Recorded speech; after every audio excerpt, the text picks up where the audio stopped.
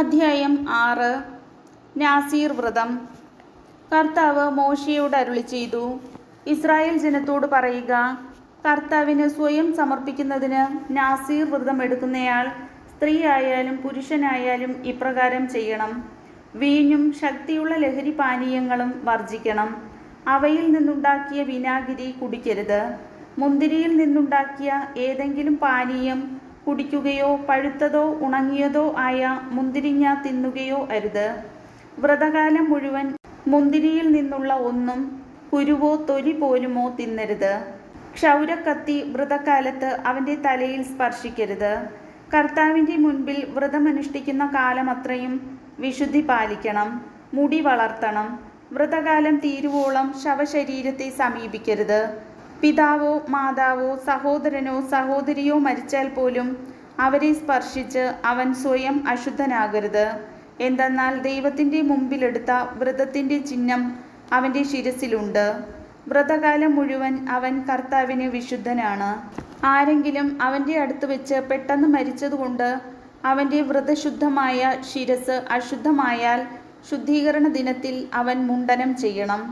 7-ാം ദിവസമാണ് അങ്ങനെ ചെയ്യേണ്ടത്. 8-ാം ദിവസം 2 ചെങ്ങാലികളെയോ പ്രാവിൻ കുഞ്ഞുങ്ങളെയോ പുരോഹിതൻ്റെ അടുത്ത് സമാഗമ കൂടാരവാതിൽക്കൽ കൊണ്ടുവരണം. പുരോഹിതൻ അവയിലൊന്നിനെ പാപപരിഹാര ബലിയായും മറ്റേതിനെ ദഹനബലിയായും അർപ്പിച്ച് മൃതശരീരം മൂലമുണ്ടായ അശുദ്ധിക്ക് പരിഹാരം ചെയ്യണം. അന്നു തന്നെ അവൻ തൻ്റെ ശിരസ് വീണ്ടും പ്രതിഷ്ഠിക്കുകയും വേണം. വ്രതകാലം മുഴുവൻ തന്നെ കർത്താവിന് പ്രതിഷ്ഠിക്കണം. അതോടൊപ്പം 1 വയസ്സുള്ള ചെമ്മരിയാട്ടിൻ മുട്ടനെ പ്രായശ്ചിത്ത ബലിയായി അർപ്പിക്കണം. അശുദ്ധമായി പോയതുകൊണ്ട് മുൻ ദിവസങ്ങളിൽ അനുഷ്ഠിച്ച വ്രതം വ്യർത്ഥമായിരിക്കും. നാസീർ വ്രതം മുഴുമിപ്പിച്ചവരെ സംബന്ധിക്കുന്ന നിയമം ഇതാണ്. സമാഗമ കൂടാരവാതിൽക്കൽ അവനെ കൊണ്ടുവരണം.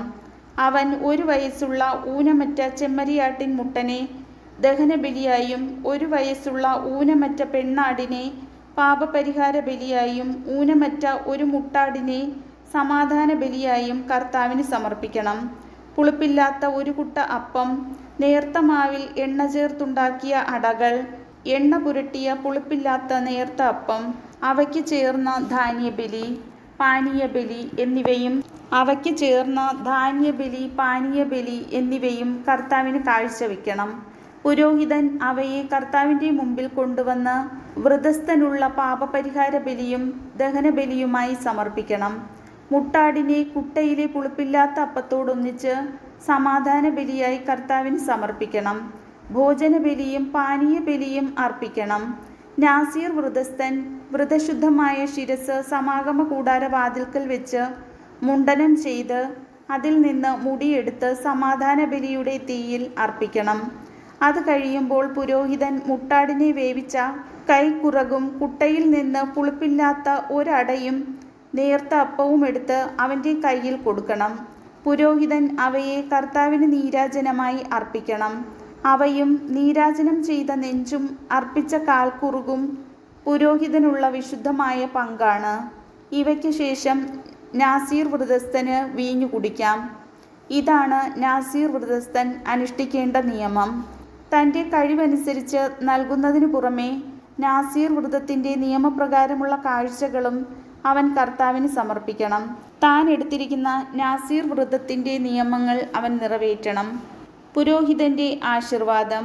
കർത്താവ് മോശെയോട് അരുളിച്ചെയ്തു, അഹ്റോനോടും പുത്രന്മാരോടും പറയുക, നിങ്ങൾ ഇങ്ങനെ പറഞ്ഞ് ഇസ്രായേൽ ജനത്തെ അനുഗ്രഹിക്കണം. കർത്താവ് നിന്നെ അനുഗ്രഹിക്കുകയും പരിപാലിക്കുകയും ചെയ്യട്ടെ. അവിടുന്ന് നിന്നിൽ പ്രസാദിക്കുകയും നിന്നോട് കരുണ കാണിക്കുകയും ചെയ്യട്ടെ. കർത്താവ് കരുണയോടെ കടാക്ഷിച്ച് നിനക്ക് സമാധാനം നൽകട്ടെ. ഇപ്രകാരം അവർ ഇസ്രായേൽ മക്കളുടെ മേൽ എൻ്റെ നാമം ഉറപ്പിക്കട്ടെ. അപ്പോൾ ഞാൻ അവരെ അനുഗ്രഹിക്കും. കർത്താവിൻ്റെ വചനം.